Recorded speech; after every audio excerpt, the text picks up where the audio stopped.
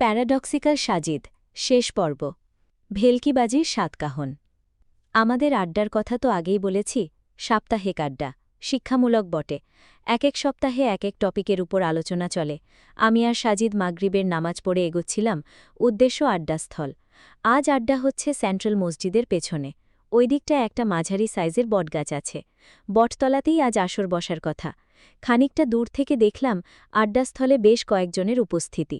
কেউ একজন যেন দাঁড়িয়ে হাত নেড়ে নেড়ে কথা বলছে। তাকে দেখে শামসুর রহমানের কবিতার দুটি লাইন মনে পড়ে গেল। স্বাধীনতা তুমি বটের ছায়ায় তরুণ মেধাবী শিক্ষার্থীর শানিত কথার ঝলসানি লাগা সতেজ ভাষণ। আড্ডাস্থলে পৌঁছে দেখি হুলস্থুল কাণ্ড। আলোচনা তখন আর আলোচনায় নেই, বাড়াবাড়ি পর্যায়ে চলে গেছে। দাঁড়িয়ে হাত নেড়ে যে কথা বলছিল সে হল রূপম, ঢাবির ফিলসফি স্টুডেন্ট, এথিইজমে বিশ্বাসী। তার মতে ধর্ম কিছু রূপকথার গল্প ছাড়া আর কিছু না। সে তর্ক করছিল হাসনাতের সাথে। হাসনাত জাহাঙ্গীরনগর বিশ্ববিদ্যালয়ে অ্যানথ্রোপোলজিতে পড়ে। রূপমের দাবি একমাত্র নাস্তিকতাই স্বচ্ছ, সত্য আর বাস্তবতাপূর্ণ কথা বলে। কোনো প্যাচগোছ নেই, কোনো দুই নাম্বারই নেই, কোনো ফ্রডগিরি নেই। যা বাস্তব, যা বিজ্ঞান সমর্থন করে তাই নাস্তিকতা। মোদ্দাকথে নাস্তিকতা মানে প্রমাণিত সত্য আর স্বচ্ছতার মশাল। হাসনাতের দাবি ধর্ম হল বিশ্বাসের ব্যাপার, আর বিশ্বাসের ব্যাপার বলেই যে একে একেবারে রূপকথা বলে চালিয়ে দিতে হবে তা কেন। ধর্ম ধর্মের জায়গায় আর বিজ্ঞান বিজ্ঞানের জায়গায়। ধর্মের সাথে বিজ্ঞানের সামঞ্জস্যতা দেখাতে গিয়ে সে অ্যালবার্ট আইনস্টাইন সহ বড় বড় কিছু বিজ্ঞানী আর দার্শনিকদের মন্তব্য কোট করতে লাগল। আমি গিয়ে সাকিবের পাশে বসলাম। তার হাতে বাদাম ছিল।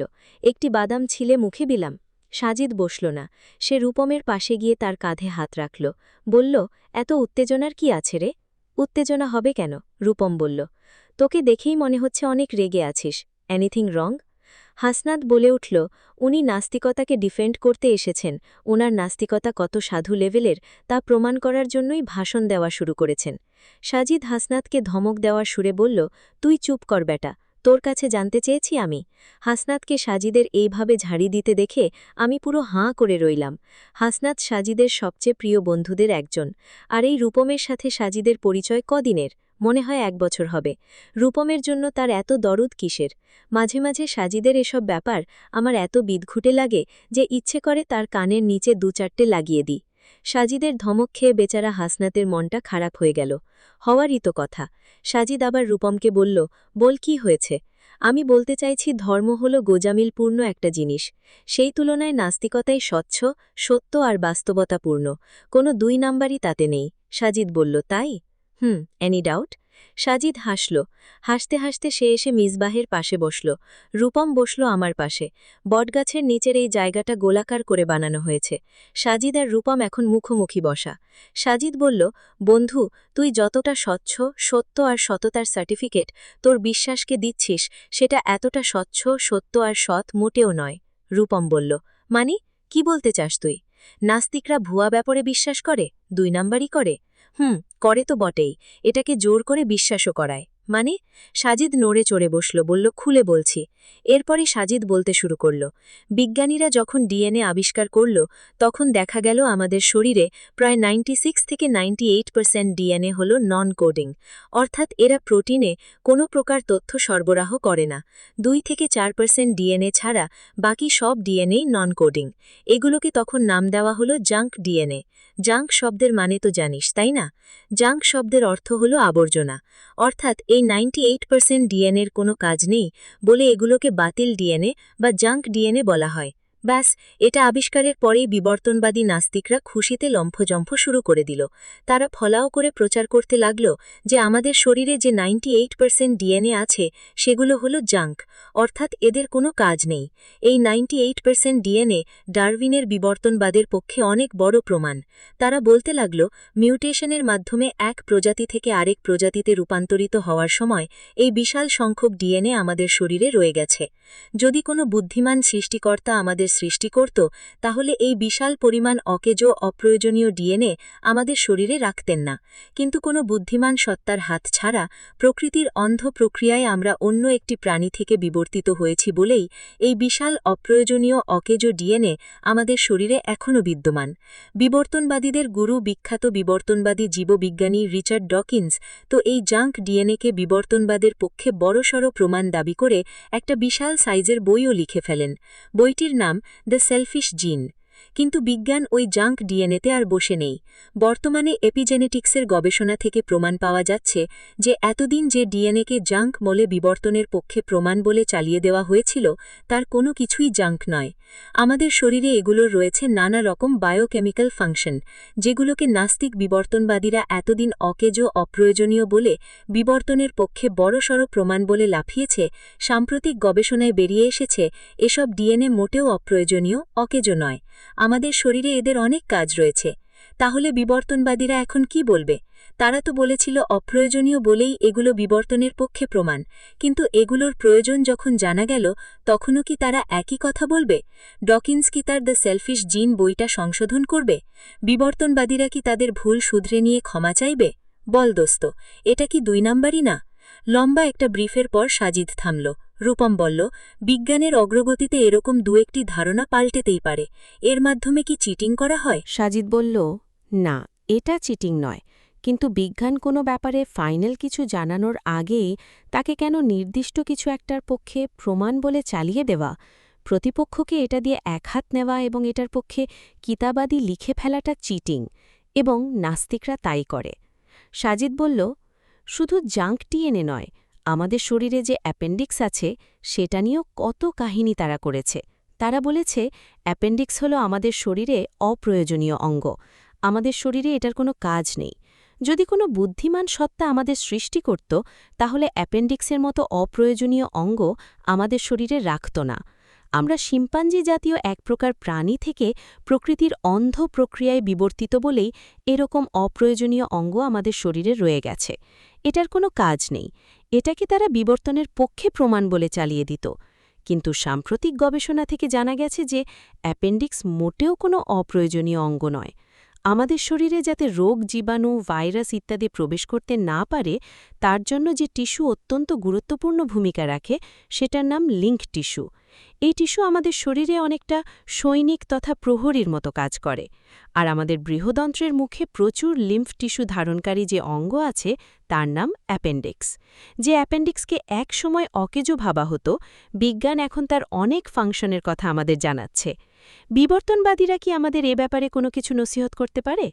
এখনও কি বলবে অ্যাপেন্ডিক্স অকেজো, বিবর্তনের পক্ষে প্রমাণ? রূপম চুপ করে আছে। সাজিদ বলল, এ তো গেল মাত্র 2টি ঘটনা।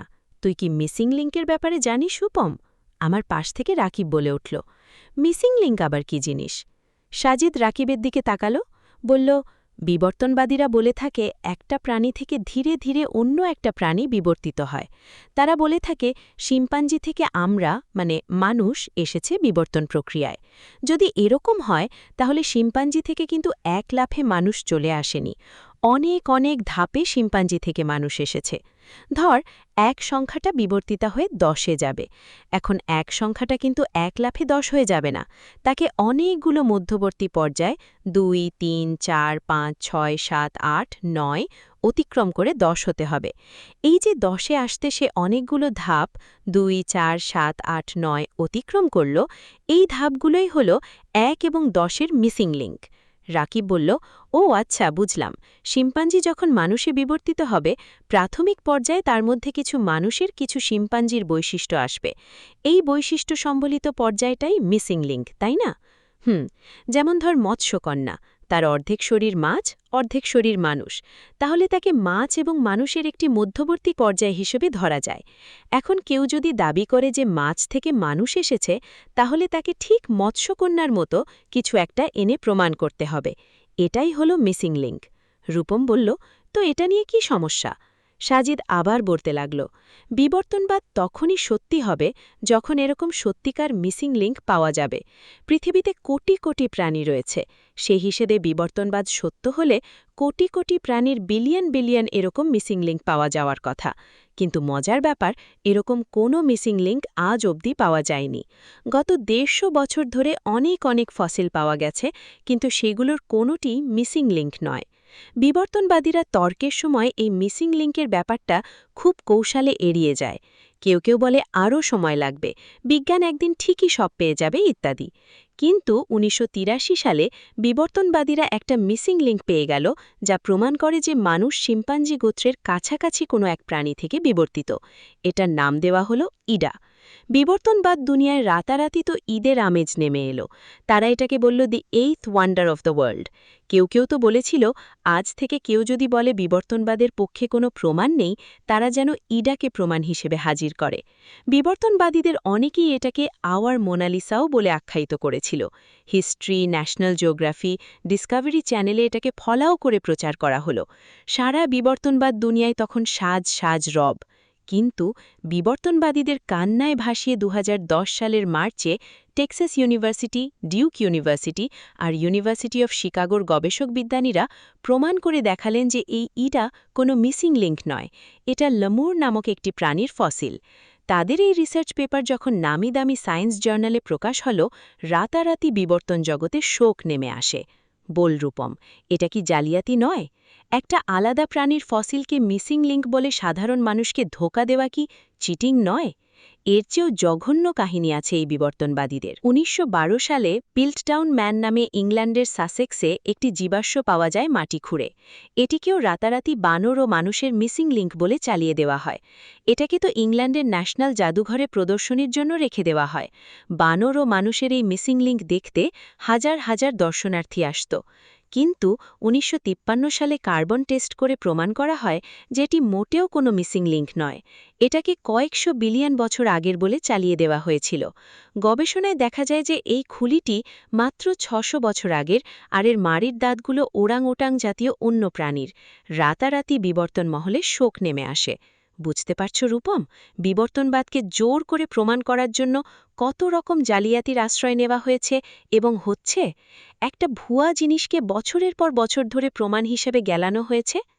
ইন্টারনেট ঘাটলে এরকম জোর তাড়া দেওয়া অনেক মিসিং লিঙ্কের খবর তুই এখনও পাবি। মোদ্দা কথা, এই নাস্তিকতা, এই বিবর্তনবাদ টিকে আছে কেবল পাশ্চাত্য বস্তুবাদীদের অব্যাহত মিথ্যাচার, ক্ষমতা আর টাকার জোরে। এই বিবর্তনবাদের সর্বশেষ অস্ত্র ধর্মকে বাতিল বলে বয়কট করা।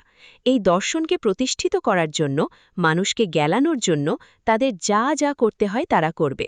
যত ধরনের জালিয়াতির আশ্রয় নিতে হয় তারা নিতে পিছপা হবে না।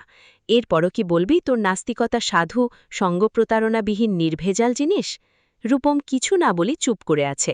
হাসনাত বলে উঠল, ইস কিরে রূপম, এতক্ষণ তো নাস্তিকতাকে নির্ভেজাল, সৎ, সাধু, কোনো 2 নাম্বারই নেই, কোনো ফ্রডবাজি নেই বলে লেকচার দিচ্ছিলি, এখন কিছু বলবি না? এশার আজান হলো। আমরা নামাজের যাওয়ার জন্য উঠে দাঁড়ালাম। আমাদের সাথে রাকিব আর হাসনাতও আছে। অল্প একটু পথ হাঁকার পরে আমি হঠাৎ থেমে গেলাম। সাজিদ বলল, তোর আবার কি হলো রে?